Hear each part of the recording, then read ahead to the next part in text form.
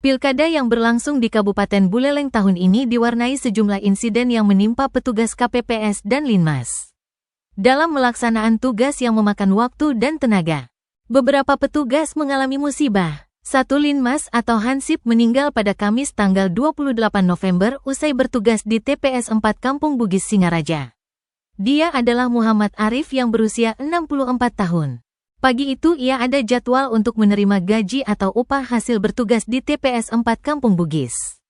Namun saat dibangunkan, Moh Arif tak kunjung bangun. Tubuhnya sudah kaku dan dingin. Jenazah Arif telah dimakamkan oleh keluarga di Pemakaman Umum Kayu Buntil. Arif meninggal diduga lantaran kelelahan setelah bertugas.